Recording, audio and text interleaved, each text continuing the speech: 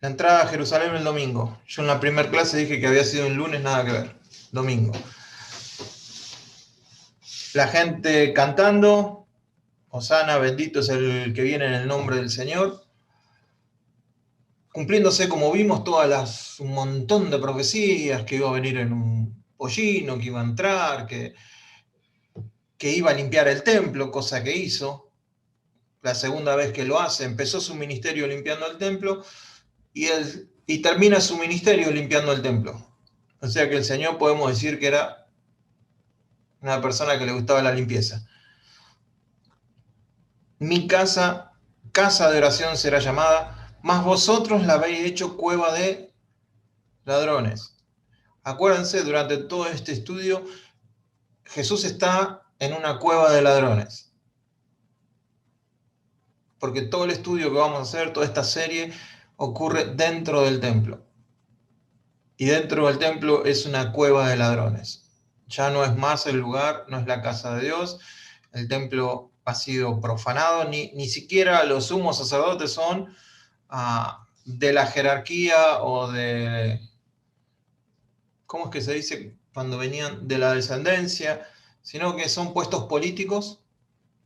Y otra de las señales que Jesús hace antes de entrar al templo es la higuera estéril. Se acerca a la higuera, que supuestamente debía tener higos, porque ya tenía hojas, primero aparecen los higos, la maldice, y la higuera, como símbolo de la nación de Israel, es secada por no tener fruto. Es un acto profético de lo que iba a pasar con Jerusalén y el templo. Y entonces tenemos la última entrada al templo. Esto es un martes a la mañana. Y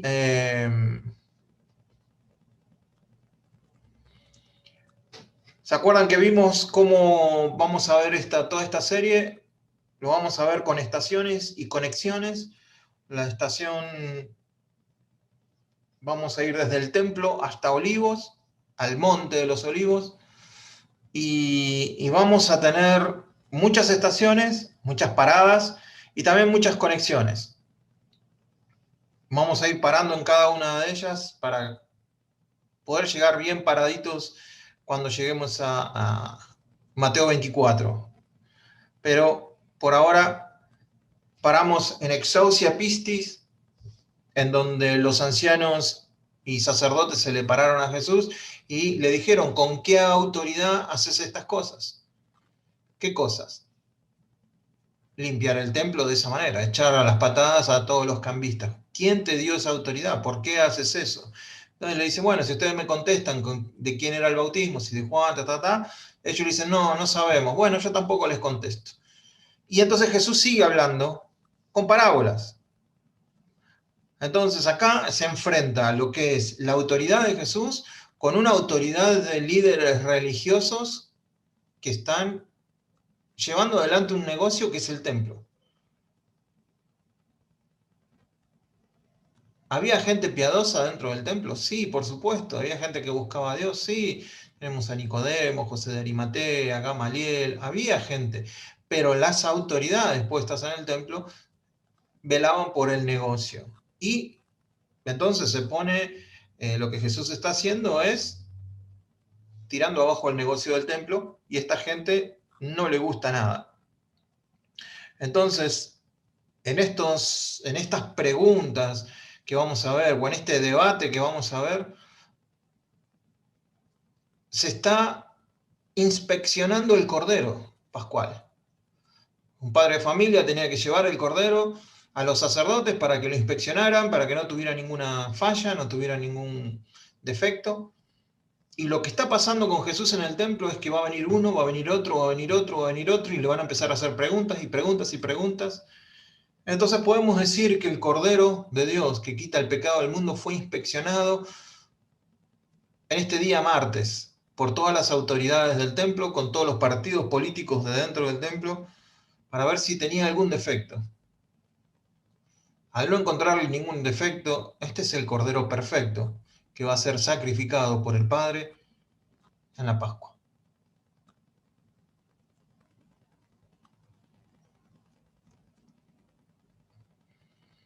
Entonces, Viene la parábola de los dos hijos, la parábola de los labradores de la viña, los malvados,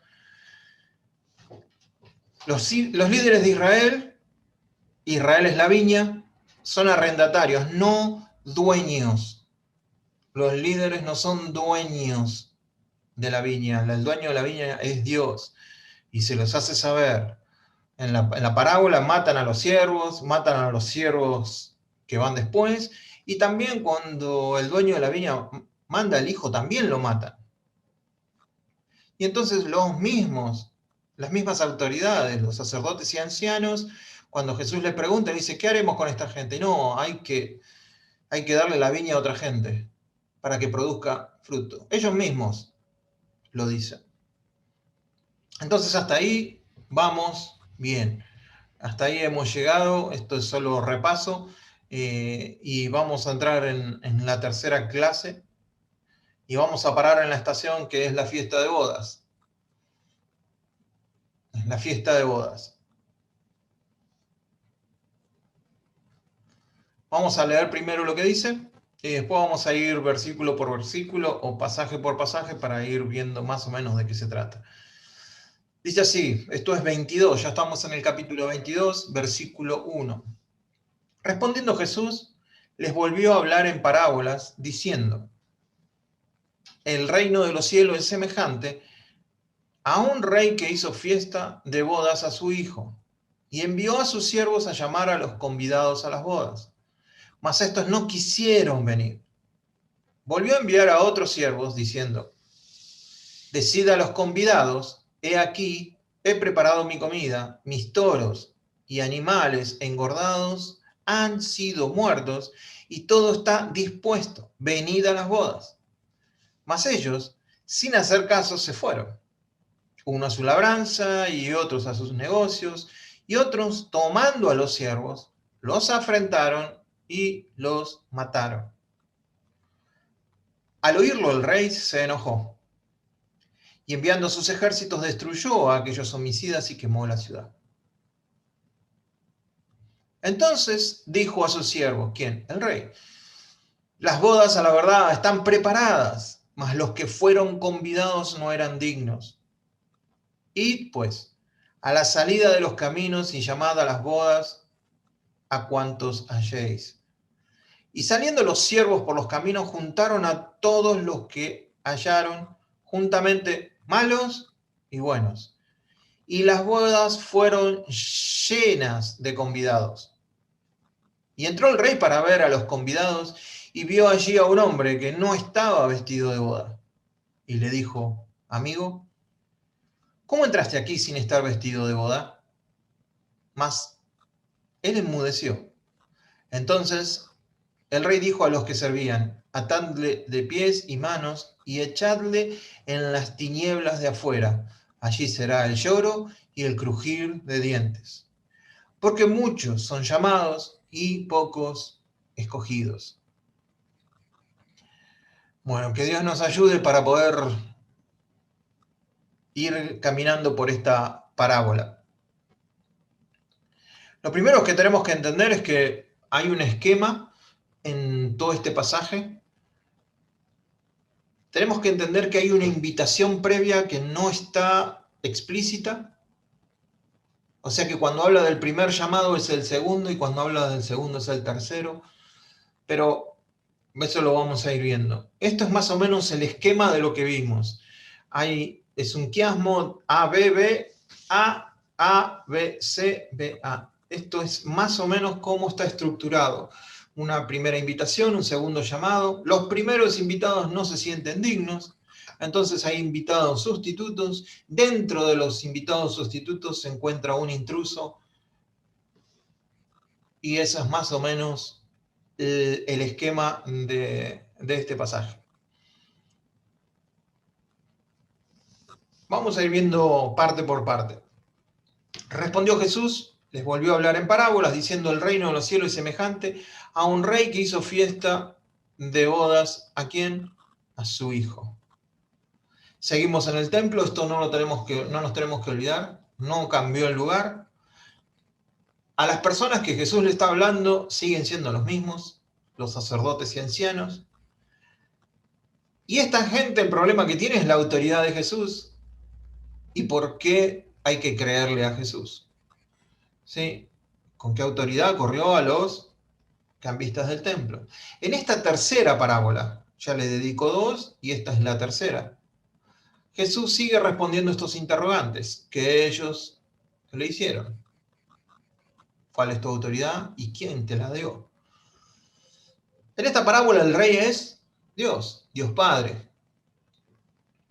No está enojado con nadie. ¿Ustedes lo ven enojado acá en esta invitación? No, está contento porque va a festejar las bodas de su hijo. Dios quiere celebrar. El rey quiere celebrar. Así que si el rey está feliz, el mundo debería unirse a esa alegría, ¿verdad? Sería lo más lógico que si Dios está contento, el Padre está contento, el Rey está contento, todos los demás deberían estar contentos. Va a ser una boda. Y nos tenemos que situar, nosotros que no tenemos reyes, tenemos que más o menos resetear nuestra cabeza y ubicarnos qué sería ser un rey, o qué sería ser un siervo de un rey, qué sería ser alguien que no es siervo, pero que está dentro de las tierras del rey. Nosotros no tenemos rey, pero tenemos que obligarnos a pensar en eso. Porque la parábola es de un rey y sus siervos. Entonces, tenemos que tener la mentalidad de que cuando el rey invita, no es que está invitando como el día de hoy, si quieren venir o no. Está invitando para que vengan. Están dentro de su territorio, son súbditos de él. Un no a la invitación no es un no como el día de hoy. No, no tengo ganas de ir o no voy a ir a una fiesta. Es muy distinto. Entonces, este rey envió a sus siervos a llamar a los convidados a las bodas, a los que ya estaban invitados a las bodas. Esta es la parte que yo le digo. Envió a sus siervos a llamar a los convidados a las bodas, mas estos no quisieron venir. Entonces, en aquel tiempo se mandaba una invitación diciendo, va a haber un casamiento. Esa era la primera invitación. Se sabía que iba a haber un casamiento, el hijo del rey se iba a casar. Después salían los siervos para la segunda invitación para decirles, muchachos, ya, ahora sí ya es el tiempo. Porque como no había WhatsApp, se colgaban, no todos tenían Wi-Fi, no tenían forma de avisarle. Era de esta manera. Se va a hacer la fiesta se iba preparando. Cuando la fiesta estaba lista, se mandaba la segunda invitación para que vengan. Entonces, acá estamos, en la segunda invitación. Primera invitación, va a haber una boda, segunda invitación, ya está todo listo. O sea, no había excusa para decir, no, a mí no me avisaron. No había excusa para decir que no. Un siervo del rey, como mensajero del rey, representaba al rey, representa a la persona del rey. Es como un embajador hoy, representa a su país. Un desprecio al rey o a un servidor del rey o a un siervo del rey era una ofensa altísima. Es como el día de hoy que nuestro país envía un embajador a otro país y le digan, no, no queremos saber nada con usted. Le digan al embajador. Entonces, en relaciones exteriores en Argentina se van a sentir muy mal porque echaron a ese embajador. No por el embajador en sí, sino por lo que representaba el embajador. Representaba al país. Entonces, estos siervos que van representan al rey. Un no a la invitación de la boda podía sugerir rebelión, traición, sedición, y el rey, con toda la potestad que tenía, los podría matar solamente por decir no quiero ir. ¿Estamos más o menos hasta ahí? Los oyentes de Jesús, estos sacerdotes y los ancianos, tendrían que haberse dado cuenta de la estupidez de los súbditos al negarse a ir. O sea, Jesús está inventando esta parábola, la está mostrando para mostrarle estupidez al no querer ir a la invitación del rey a la boda que está haciendo de su hijo.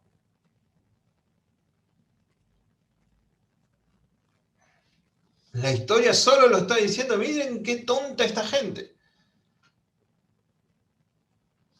Y entonces el relato sigue.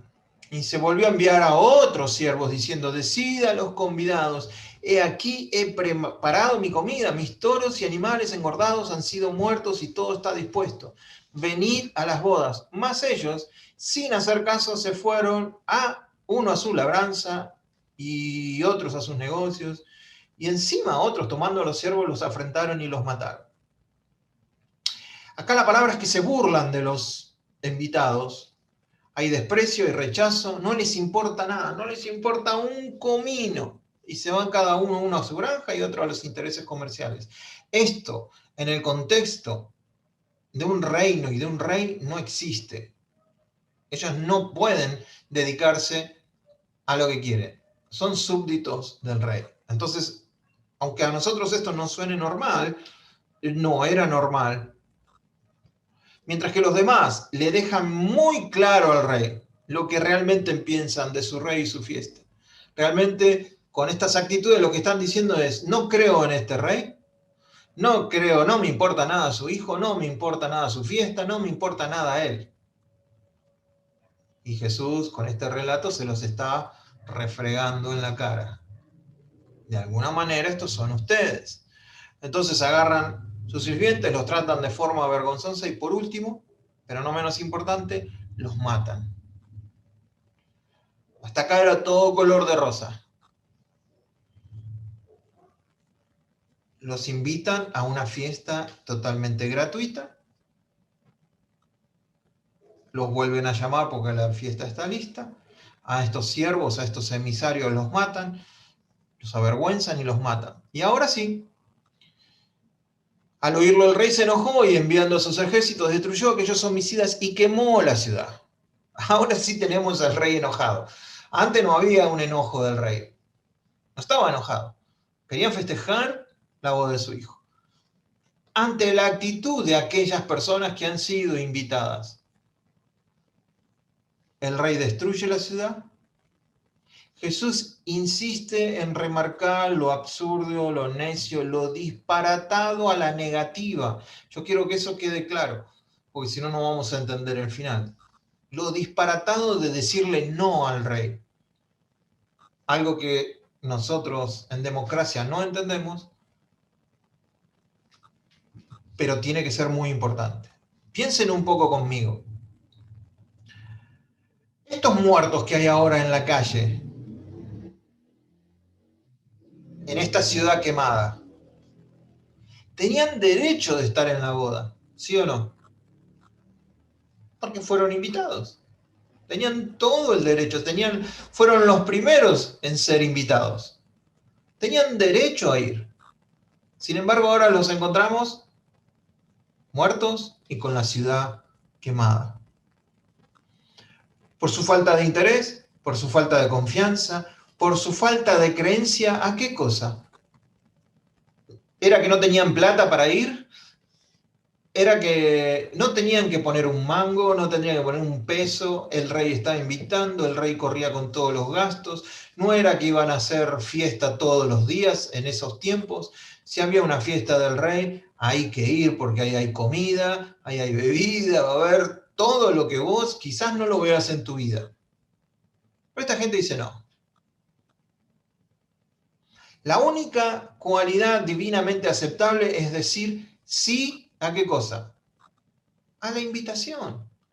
No se requería, no había otro requisito.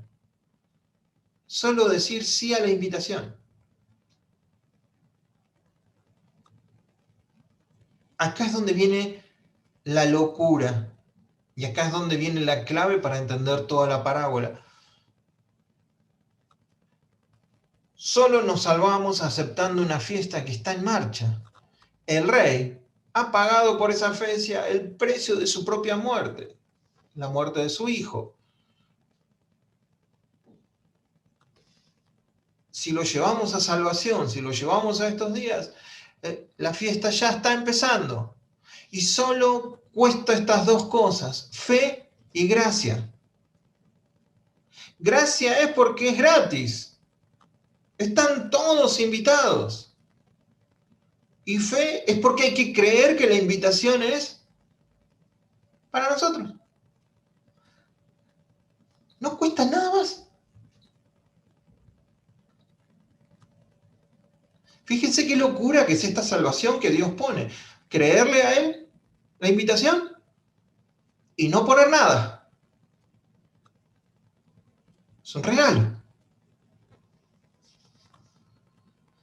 Fuera de esta fiesta no hay vida en absoluto.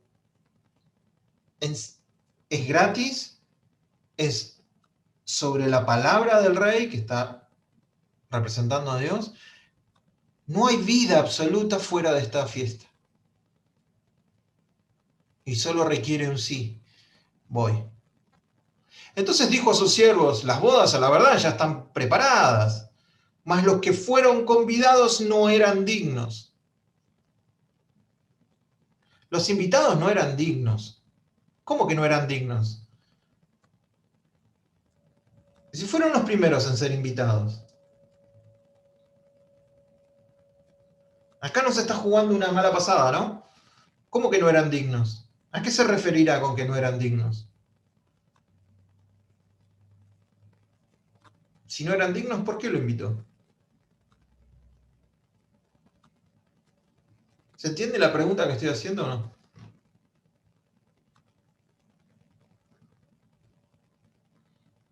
No eran dignos. ¿Y entonces por qué los invitaste?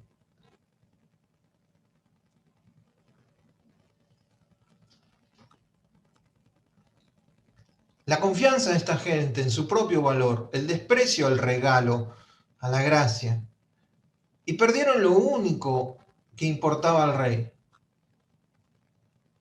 Aceptar lo que él dice, aceptar la invitación del rey. Fíjense, este versículo otra vez habla de lo mismo. Entonces Pablo y Bernabé, hablando con denuedo, dijeron a vosotros. ¿A quién les estaban hablando? A los judíos, al pueblo de Dios. A la verdad, era necesario que se os hablase primero la palabra de Dios. Mas puesto que desecháis y no os juzgáis dignos de la vida eterna, he aquí nos volvemos a los gentiles.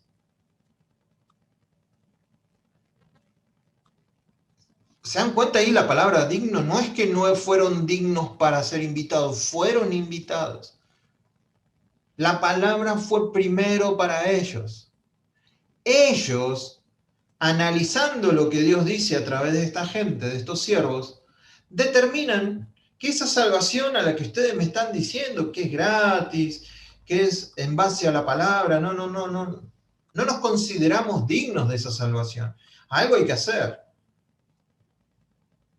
Nosotros tenemos la ley, nosotros hacemos obras, nosotros... No, de eso no se trata.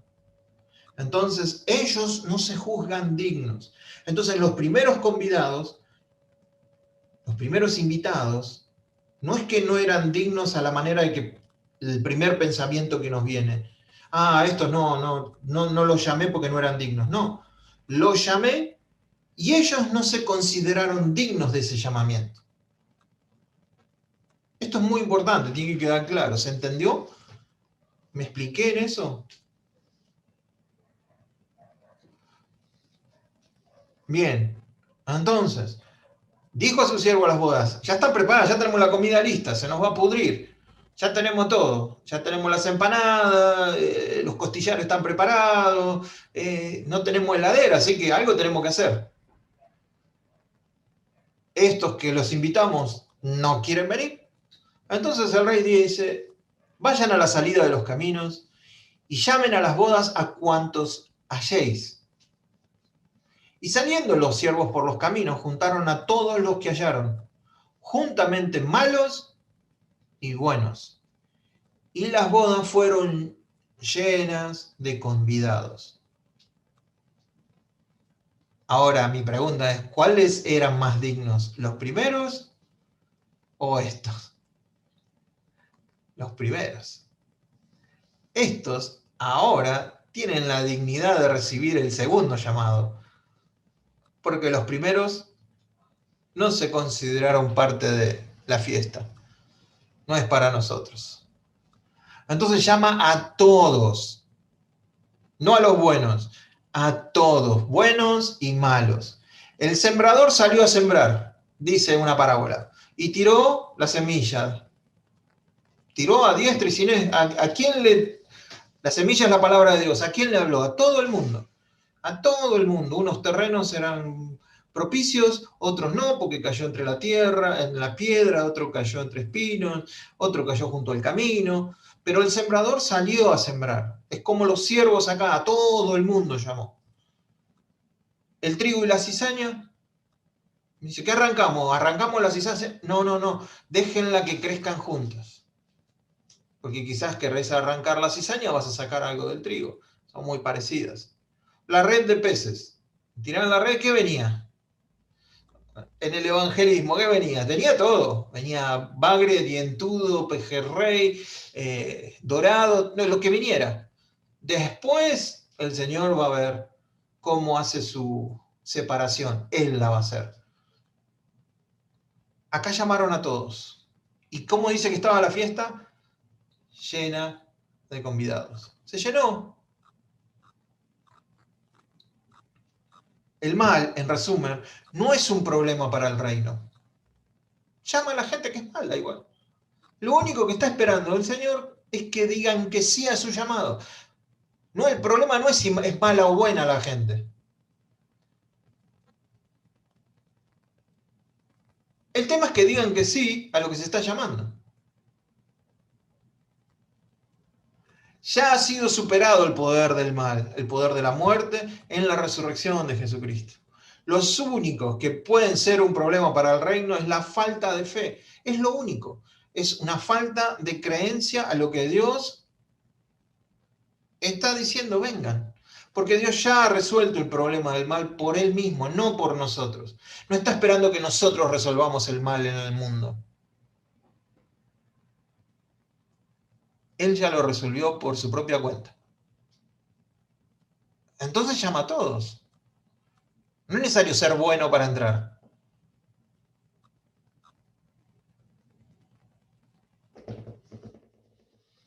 En ninguna de estas veces vemos que se esté tratando el tema de una reforma moral. No, bueno, si no sos bueno no puedes entrar. No, si no tenés esto no puedes entrar. No, si no haces esto no puedes entrar. Nada, llamen a todos.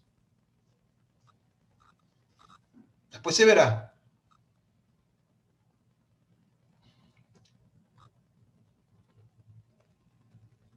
Este está repetido. Ah, no. No invita a los buenos y desaira a los malos. No invita, nos invita a todos, mientras que aún somos pecadores. Simplemente nos pide que confiemos en esta invitación. Por lo tanto, buenos y malos, los trabajadores pobres, los heridos, las prostitutas, los vagabundos, dijeron que sí y vinieron a la boda. La gente con menos estudio, la gente quizás con menos negocios, la gente, los don nadies de ese tiempo, todos estaban libres en la fiesta. En el salón de bodas, dice Jesús, estaba lleno de invitados. Estos plebeyos que no habían sido invitados en primer lugar, también tenían que venir bien vestidos en ese tiempo. O por lo menos, qué sé yo, una duchita. Acuérdense que en ese tiempo no había mucho, pero para entrar a la fiesta de un rey, por lo menos había que venir bien vestido. Y no es que vos podés comprarte, esta gente no podía comprar. Entonces, el rey que quería hacer su fiesta, lo que hacía era, ¿qué cosa? Si quería ver a todos bien vestidos, compraba a él los vestidos. Y a todos aquellos que habían dicho que sí, estaban atentos a recibir también el vestido, la ropa que iban a usar en la fiesta. Era parte de la invitación, era parte de ser invitados, ser revestidos. o vestidos. Entonces, presumiblemente entonces el rey proporciona atuendo apropiado para la boda. El rey se encarga de eso. Entonces, ustedes tranquilos, ustedes solo lo que tienen que decir es sí. Yo hago todo lo demás, yo hice todo lo demás. Entonces, ya entramos en la última parte de lo que es la parábola y dice, primeros, ¿tuvieron el favor de Dios? Sí, no se consideraron dignos. Los segundos no fueron favorecidos en primer lugar, ahora cuentan con el favor del rey. Entonces podemos decir, sin temor a equivocarnos, que toda la humanidad o todo el reino a esta altura contó con el favor del rey. ¿Sí o no? Todos contaron con el favor del rey, todos contaron con la invitación a entrar a las bodas. ¿Estamos de acuerdo o no? ¿Sí? Y entró el rey para ver a los convidados y vio allí a un hombre que no estaba vestido de boda. Y le dijo, amigo, ¿cómo entraste aquí sin estar vestido de boda? Y para muchos comentaristas, esta es la parte importante. Él enmudeció. No tuvo palabras. ¿Se nos dice acá que esta es la única persona que estaba sin vestido? No aclara. ¿Será que esta persona es un ejemplo de otras más que había ahí? Puede ser.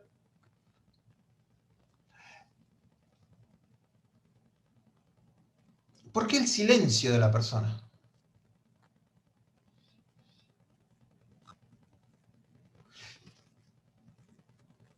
¿No estaba enterado? Perdóname, rey, llegué tarde. Perdóname, tuve muchas complicaciones y no pude llegar, pero bueno, llegué con lo justo. ¿Qué hubiera dicho el rey? No, tranquilo, denle la embestida y entrá y disfrutá. La persona quedó enmudecida, no habló. Eso se habla de que no tiene ninguna comunión con el rey y con el hijo. Lo que Jesús está diciendo es que quizás esta persona también dijo, bueno, yo voy como estoy, total, me voy a ser bien recibido. Probablemente estos sacerdotes y ancianos tenían esa mentalidad. Es decir, bueno, vino el hijo, está diciendo que hay que creer en él, nos está invitando, no le creemos, no nos interesa, pero nosotros estamos seguros que de alguna manera por nuestras obras vamos a entrar a esas bodas. Y al rey no le gustó nada de esta actitud. Entonces el rey, a los que servían, les dijo, atadle de pies y manos y echadle a las tinieblas de afuera, allí será el lloro y el crujir de dientes. A mí me parece, y creo que a todos nosotros nos parece, que es un poco exagerada, ¿no? Porque no vino vestido.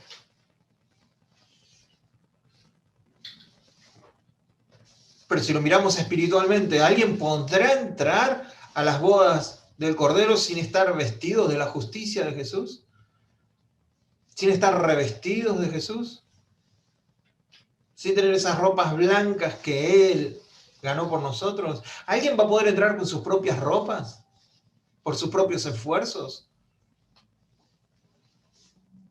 Entonces ahí, cuando lo miramos en esa perspectiva, no es tan exagerada.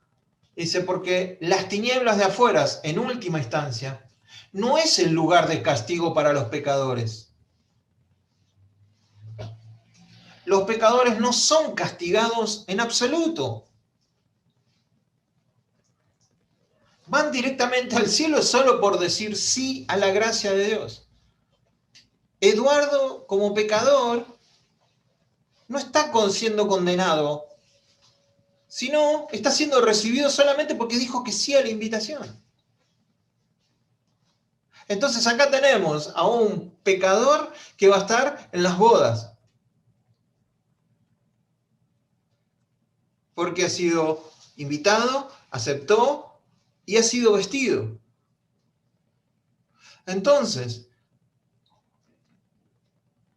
las tinieblas de afuera es simplemente la nada. Es lo único que queda para aquellos que no aceptan. Esto parece un trabalengua, pero traten de meditarlo. No aceptan su aceptación por gracia de parte de Dios.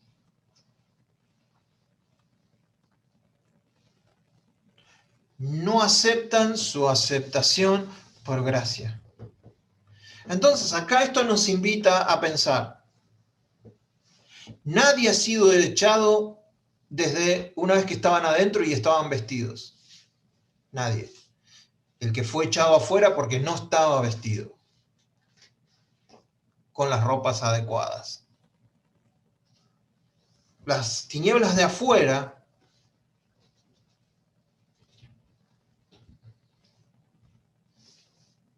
son una opción para aquel que ha decidido por esa opción. Pero Dios no pone las tinieblas de afuera sin antes haber dado gratuitamente la invitación a todo el mundo. Y lo único que necesitan es decir, sí, acepto. Nada más, ese es el requisito. ¿No querés eso? Vas a seguir tu camino. Y no voy a intervenir. No todos están de acuerdo con un sistema de salvación por gracia.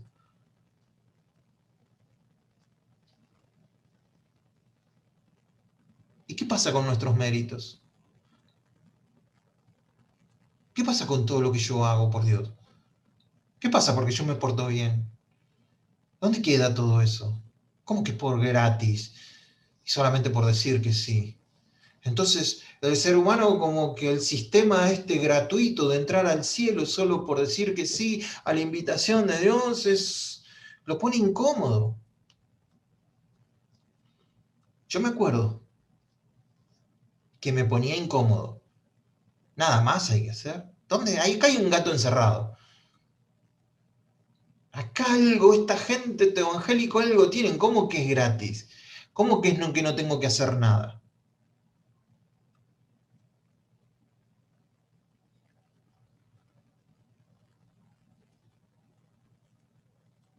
Porque muchos son llamados y pocos escogidos. En toda esta parábola, ¿cuáles son los muchos llamados? Todos. Todos fueron llamados. Y los escogidos, no es que Dios los escogió. Dios los escogió en el hecho de que dicen sí a la invitación. Cuando se dice sí a la invitación, son los escogidos. No es que estaban escogidos antes de decir que sí a la invitación.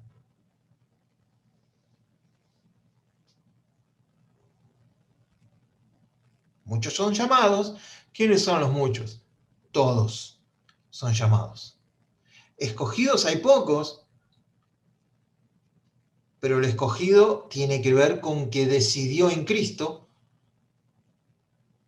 estar en Cristo. No es que Dios lo escogió antes. Eso tiene que quedar claro. Se nos dice que es el... perdón. Esto está... El juicio que vemos ahí solo es a la luz de la aceptación o la declinación de la invitación. Nada más. No hay ningún otro elemento que esté dentro de este juicio. Es una definición de salvación que se ofrece al mundo entero y el juicio al rechazo de esa oferta. Nada más. Lamentablemente no es tan fácil la aceptación de algo gratuito. Despierta desinterés, dudas, ceños fruncidos, sospechas. ¿Qué hay detrás de todo esto? ¿Qué va a pasar? A veces preferimos un Dios que nosotros podamos alimentar a un Dios que nos alimenta. Eso suena Es un refrán que me gusta, ¿no? A veces preferimos algo que nosotros podamos manipular.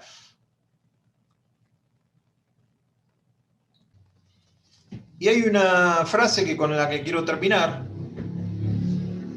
Dice, me preguntas, ¿por qué Dios manda al infierno a las personas que lo rechazan? ¿Por qué no las deja en paz? ¿Han escuchado eso o algo parecido o lo han pensado ustedes? Sí, lo vamos a escuchar. Me temo, le responde la persona, me temo que esa es la paradoja del infierno o de las tinieblas de afuera. Me temo que esa es la paradoja del infierno, mi querido amigo. Cuando Dios nos deja en paz, eso es el infierno. Cuando ya Dios no se preocupa por vos, la ausencia de Dios, la ausencia de contacto con Dios. ¿Qué puede haber algo más parecido al infierno que eso? Que no tengas un contacto con Dios. La eternidad es una locura. Es una locura para un Dios que está loco, que invita a todo el mundo gratuitamente a aceptar lo que Él dice en su Hijo para que sea salvo. Es una locura y hay que estar un poco loco para aceptar eso. Pero así es el llamado. Así lo estableció. Pero sin embargo, ante toda esta locura, ante todo esto que parece tan fácil, tan sencillo, Jesús se presenta con estas autoridades del templo que dicen ser sumos sacerdotes del Dios Altísimo y dicen no, no puede ser así. Es solo por la aceptación a la invitación.